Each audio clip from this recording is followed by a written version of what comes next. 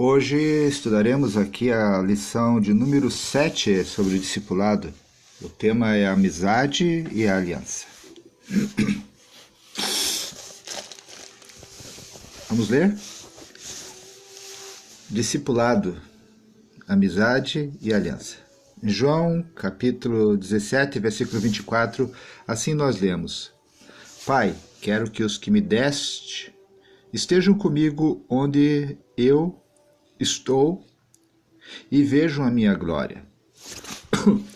A glória que me deste, porque me amaste antes da criação do mundo.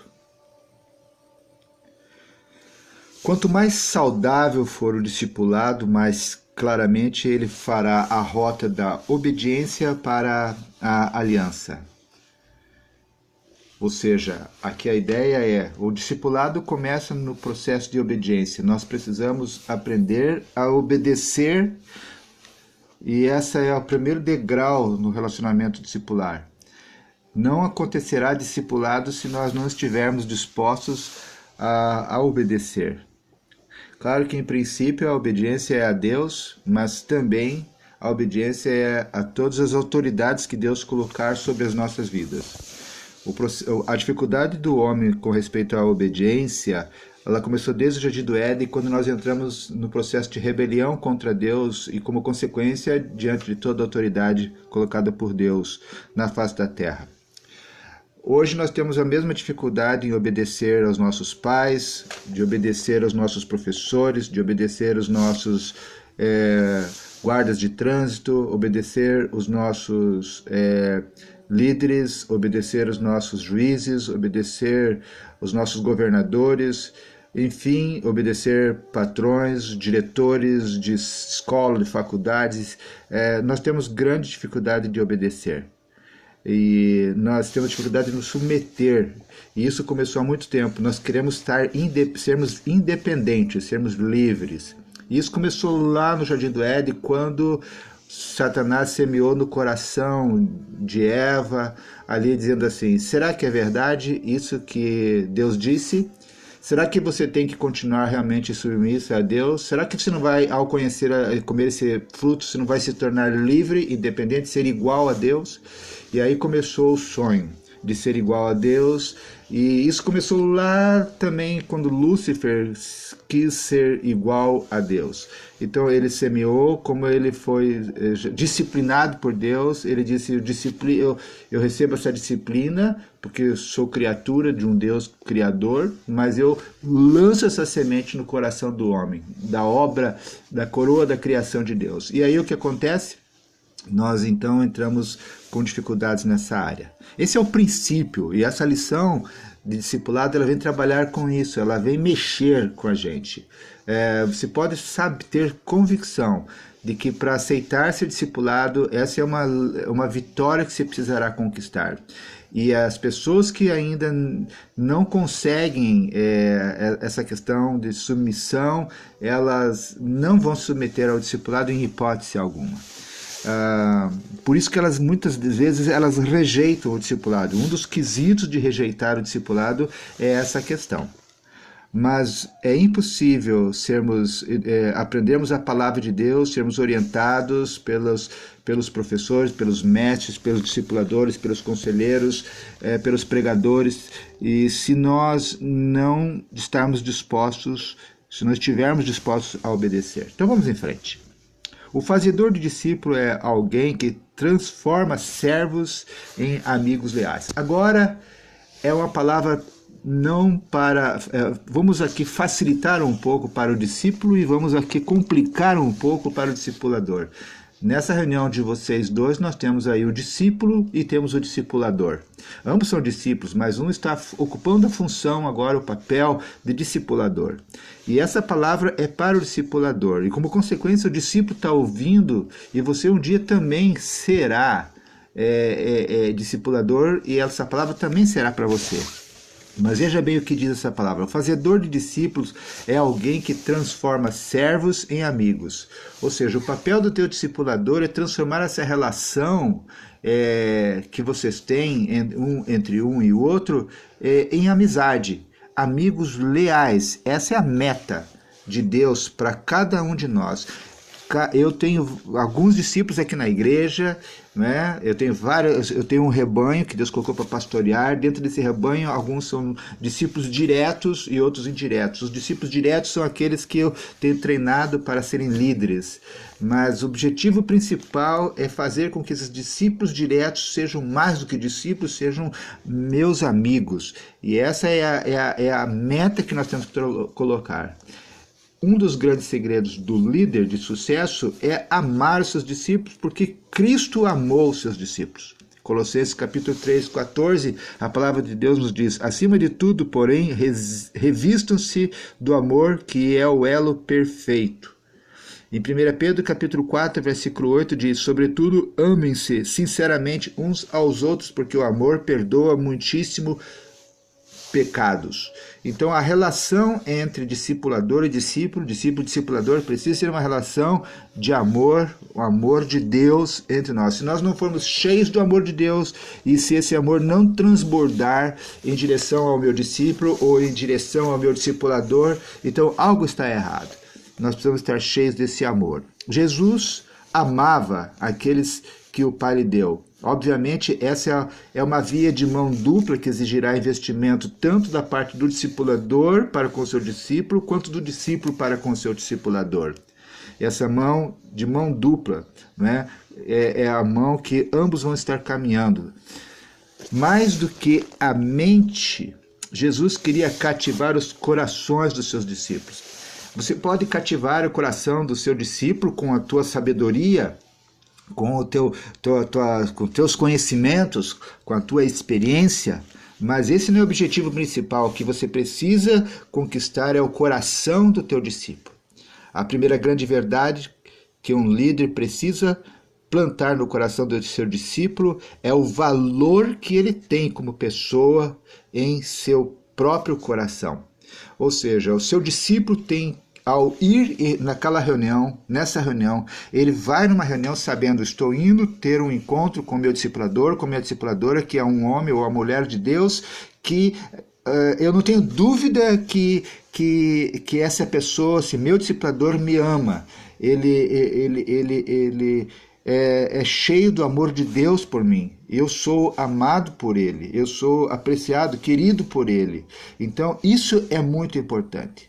Nossos discípulos precisam se sentir não apenas amados, mas precisam se sentir valorizados. É claro que existe uma hierarquia entre o discipulador e o discípulo que não deve ser confundida. Essa hierarquia, a amizade não deve neutralizar essa hierarquia, mas o conceito de hierarquia não deve ser confundido com superioridade. Alguns discipuladores, às vezes, algumas pessoas que têm uma função de mestres, pregadores, apóstolos e assim por diante, às vezes assumem a postura de hierarquia, de superioridade. E isso é terrível, isso anula, cancela, isso prejudica, isso quebra a relação discipular. No reino de Deus é possível, sim, sermos servos e amigos. Na realidade, você pode estar como discípulo agora dizendo: quer dizer que aqui nessa relação ele ali é meu discipulador e eu sou servo dele? Queridos, deixa eu dizer uma coisa para você. Todos nós precisamos ser servos de todos. Todos nós.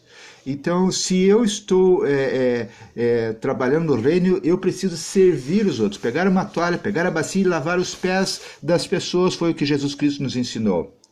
Agora, eu também preciso entender que sou servo tanto no abençoar, no ajudar, no edificar os outros, quanto também eu preciso ser servo no aprender. Ou seja, eu não posso estar aos pés do meu discipulador se eu não agir com humildade, se eu não reconhecê-lo como alguém que Deus colocou para me abençoar, para me orientar, para me corrigir se for necessário pela palavra de Deus. Então eu preciso também ser servo nesse aspecto. Por isso que o conceito de servo é para todos. Agora, se você não agir como servo, você vai estar fechado, bloqueado, para aprender a palavra de Deus. E o teu discipulador não vai conseguir transmitir aquilo que Deus está colocando no coração dele para te ajudar, porque você está fechado, porque você não quer ser servo, né?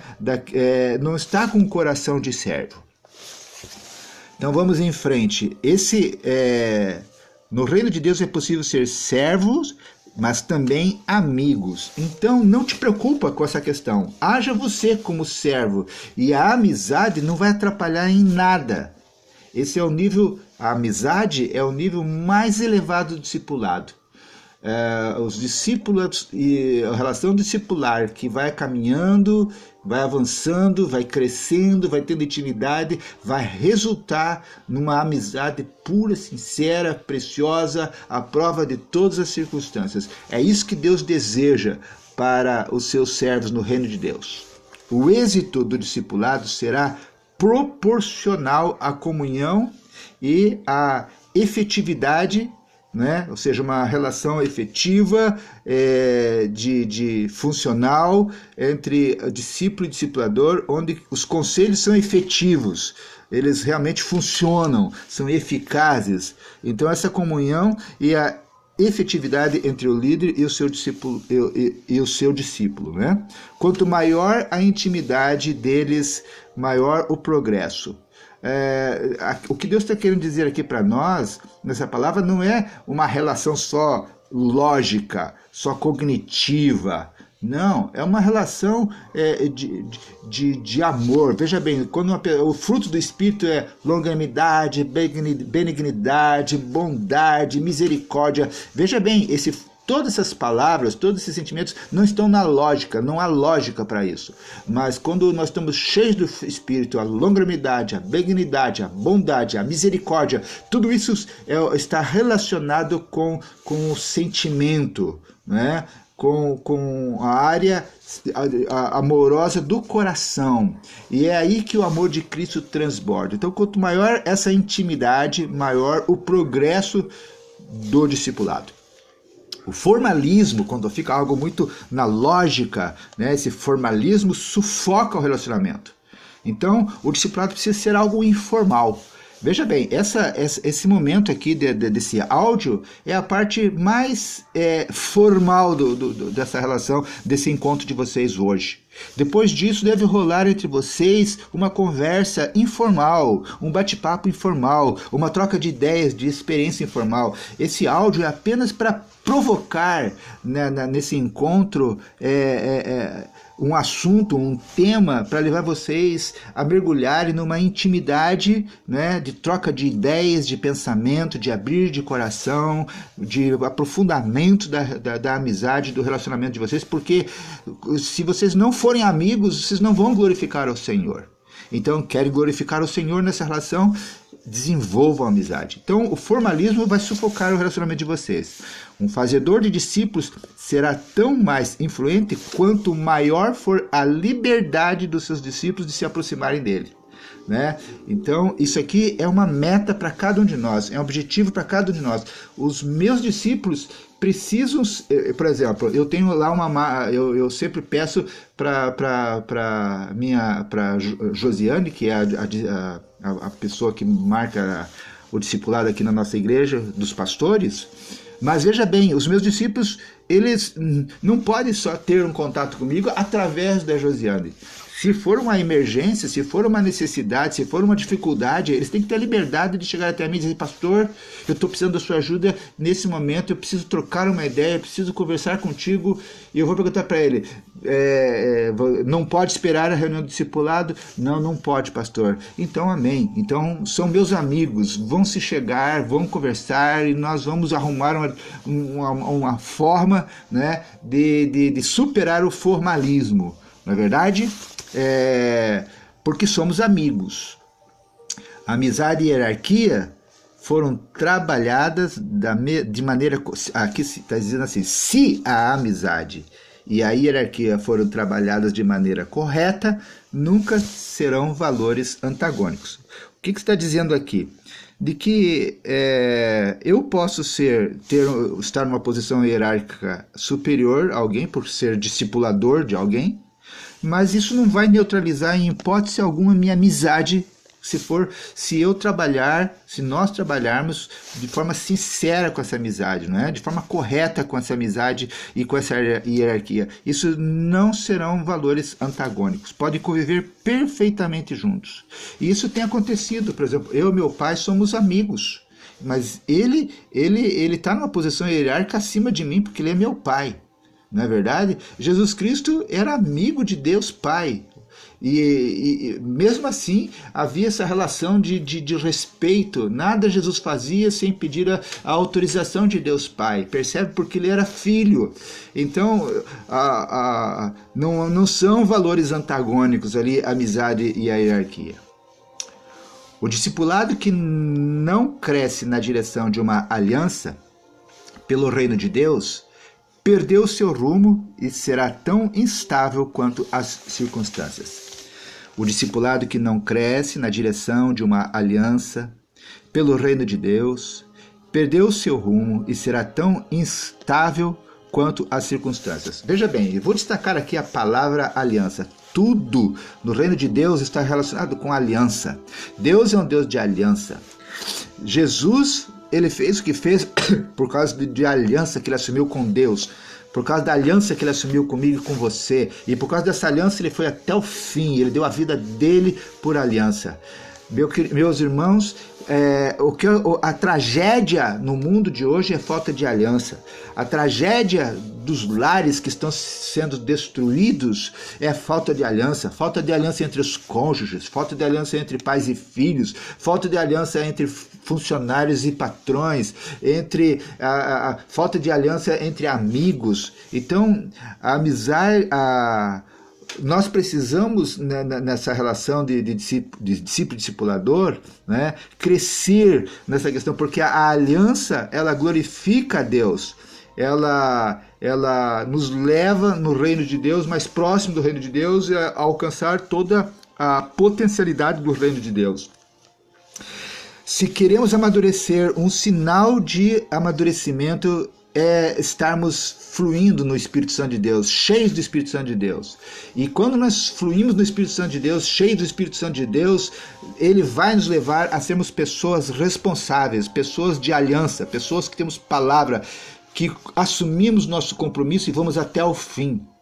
Sabe, quando você cumpre um compromisso, eu vou pagar tal coisa, pague, mesmo que aquilo que você tenha prejuízo, mas você assumiu a tua palavra. Então você é um homem e uma mulher de aliança. Você não pode interromper, porque o produto que eu comprei não foi bom, então eu decido não pagar mais. Não, a pessoa que produziu o produto falhou. Quem vendeu o produto falhou, mas você deu a sua palavra que você pagaria por aquele produto, então não fale, cumpra. Entende? Por exemplo, você casa com seu cônjuge e o seu cônjuge adoece e diz assim, eu casei, mas eu casei para que meu cônjuge fosse bem, bom, de saúde o resto da vida, então no meio do caminho ele adoeceu, então eu rompo a minha aliança com ele. Não! Você precisa ser fiel ao seu cônjuge por causa da aliança, firmar uma aliança, seja na saúde, seja na enfermidade, seja na riqueza, seja na pobreza, seja em qualquer situação. Se o seu cônjuge falhar com você, perdoa-o e não fale igual ele falhou. E permaneça fiel. Se ele não foi fiel à tua aliança que ele firmou com você, seja você fiel à aliança com ele. Essa questão de aliança é algo sagrado para Deus, é precioso para Deus. É por isso que Deus colocou lá no arco-íris, né, a aliança de Deus. Quando o pessoal, Noé saiu da arca com a sua família, Deus, a partir dali, formou uma aliança dizendo que nunca mais aconteceria aquilo. Veja só, é uma aliança. Deus é o Deus de aliança. Então, peça para o Senhor te capacitar e, olha, pega tem um produto que chama, acho que é Caol, se não me falha a memória, que de vez em quando a gente precisa lustrar a aliança. Nós vamos ter agora um casamento comunitário na igreja e a pastora estava dizendo, pega a aliança de vocês e passa lá o Caol para ela ficar brilhando. Nós precisamos passar Caol nas nossas alianças espirituais, né? Com nossos cônjuges, com os nossos filhos, com o nosso Deus, né? Precisamos lustrar, precisamos purificar, precisamos limpar, precisamos restaurar essa aliança. É a aliança que fará com que um líder não desista dos seus discípulos. O discípulo pode falhar, mas ele tem uma aliança com seu discípulo, então ele vai até o fim. Em meio às maiores dificuldades, só a aliança protege o amor. Sabe, às vezes o amor passa por dificuldades terríveis, mas a aliança que nós temos com a pessoa a quem nós amamos, então ela protege. Então, existe um amor entre vocês dois, como discípulos, discípulo e discipuladora, discípulo e discipulador, mas esse amor precisa ser confirmado, protegido por uma aliança. Onde não há compromisso, não haverá consistência. Esse amor será falho, acabará sendo desgastado e acabará sendo quebrado porque não existe aliança. Então, proteja essa relação de amor cristão entre vocês dois à luz de um compromisso de aliança diante do Senhor que vocês têm um com o outro. Sem compromisso, veja só, tanto da parte do discipulador para com o discípulo, quanto do discípulo para com o discipulador. É compromisso do discipulador separar uma agenda para estar com o discípulo, mas é compromisso também de aliança do discípulo de separar, de estar junto com o seu discipulador. Você não pode simplesmente chegar e dizer assim, não estou afim de ir, não vou. Assim como o discipulador não pode dizer assim, não estou afim, estou cansado, também não vou.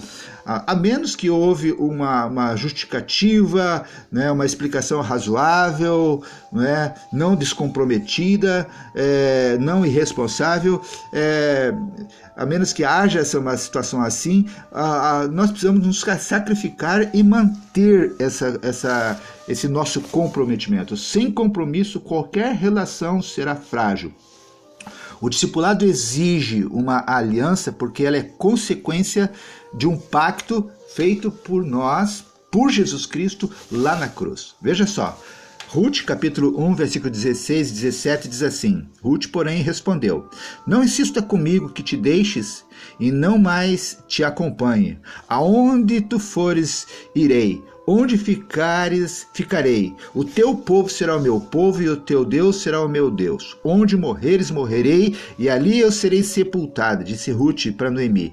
Que o Senhor me castigue com todo o rigor se outra coisa que não a morte me separar de ti. Olha que aliança que Ruth fez com a sua sogra. Meu irmão, e o resultado disso foi bênção na vida de Ruth. Porque Deus se agrada de alianças, Deus ama alianças, Deus honra quem tem aliança um com o outro. Na vida da igreja, da nossa comunidade Batista Shalom, nós vamos crescer na medida que houver cultivado uma aliança forte entre os pastores e seus líderes e seus pastores, entre líderes e seus discípulos, entre discípulos e seus discipuladores e assim por diante. Um discípulo, ele é abençoado quando permanece na aliança com o seu discipulador, com o seu líder discipulador, mesmo que haja dificuldades na caminhada, como Noemi e Ruth tiveram, né? Mesmo assim, a lealdade tem muito valor no reino de Deus. Meu irmão, Deus não tem interesse que você fique aí mudando de igreja, mudando de igreja, mudando de igreja. Assim como eu, como você, como cada um de nós não temos que ficar mudando de família, mudando de família, mudando de família. Nossos filhos precisam ter uma aliança, precisam de proteção, resultado consequente de uma aliança. Nossos cônjuges, o relacionamento conjugal precisa estar protegido pela aliança. E a nossa caminhada na igreja, como igreja, a comunidade Batista Shalom precisa cultivar essa aliança. Amém, queridos? Ela vai se tornar forte na medida que nós estivermos aliançados. Que essa seja a tua comunidade. É claro que às vezes Deus pode pegar, tirar você daqui para plantar uma nova igreja num outro local. Ou Deus pode tirar você daqui e levar para uma outra cidade. Ou porque você mudou talvez de um outro bairro. Mas você não pode ficar, como diz aquela palavra de Deus, né, com os comichões no ouvido, migrando de igreja para igreja, de igreja para igreja, de igreja para igreja, procurando uma igreja, né, que seja a melhor para os seus olhos. Veja só, Deus vai te capacitar para você ser bênção numa igreja onde as limitações daquela igreja serão supridas por Deus através da tua vida.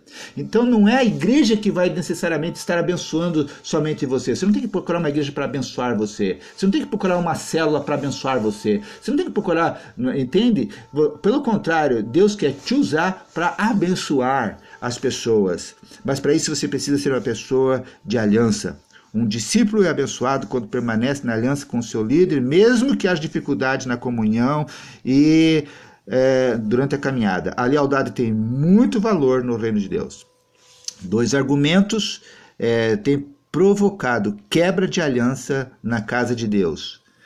Primeiro argumento é o argumento da infidelidade na vida dos líderes, não é? A infidelidade na vida dos líderes quebra provoca quebra de alianças na casa de Deus. E uma outra coisa que provoca quebra de aliança na casa de Deus é a falta de quebrantamento na vida dos discípulos. Meu irmão, é incrível, eu estou há 23 anos aqui na comunidade Batista Shalom, mas quando uma das maiores dificuldades do discipulado é que o discípulo vai crescendo, e ele vai tendo espaço, ele vai assumindo novos ministérios, ele vai assumindo digamos assim, na hierarquia ali, né, de discipulador, de líder, ele vai tendo outras pessoas sob o comando dele. Ele sofre, uma das coisas que ele mais sofre é o ataque do orgulho, da prepotência, da vaidade. Então, se o líder, se esse discípulo não for quebrantado, a soberba vai subir aos olhos dele, vai subir na cabeça dele, e a soberba precede a ruína, a queda. Muitos líderes caíram porque ficaram soberbos, não foram quebrantados. Então não permita a vaidade e a soberba assumir o teu coração. Como? Que eu devo fazer para não permitir? Tendo um coração quebrantado. Falta de quebrantamento na vida dos discípulos leva a uma quebra de aliança com Deus. E para encerrar, após ressuscitar, Jesus, líder fiel, foi em busca de cada discípulo, restaurando a confiança e o chamado deles. Esse é o coração de um verdadeiro fazedor de discípulos. Ali tem um erro de digitação, nós vamos corrigir. Após a ressurreição, Jesus foi em busca de cada um dos seus discípulos, restaurando-os a confiança, porque eles perderam a confiança, estavam amedrontados, e Jesus foi chamando cada um deles. Esse deve ser o coração de um verdadeiro fazedor de discípulos. Vá em busca dos teus discípulos, restaure os teus discípulos, ajude-os a se levantar, aqueles que caíram, ajude para que eles continuem avançando. Não desista deles, a menos que eles desistam de você. Amém? Que Deus te abençoe. Pai, obrigado, Senhor, por esse tempo. Obrigado, Senhor, por essa reunião. Que esses outros 30 minutos, Senhor, que teu Espírito esteja falando aos nossos corações, Senhor, aqui desse encontro discipular. Obrigado, Senhor. Em nome de Jesus. Amém.